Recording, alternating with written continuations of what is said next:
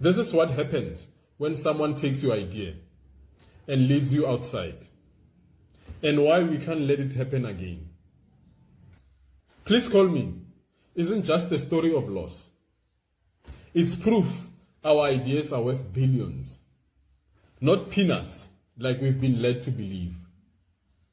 We've been told over and over that our township ideas don't count. But Makate's story shows they count, and they count big. Makate didn't just dream up a cool idea. He saw a real problem. People Mokasi and low-income areas couldn't always afford airtime, but still needed to stay connected. So he pitched a simple, people-first solution to Vodacom.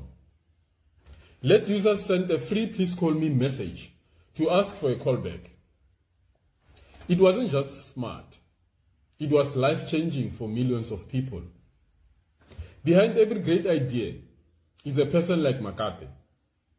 Someone who dared to believe and build despite the odds. Makate didn't just face a business loss.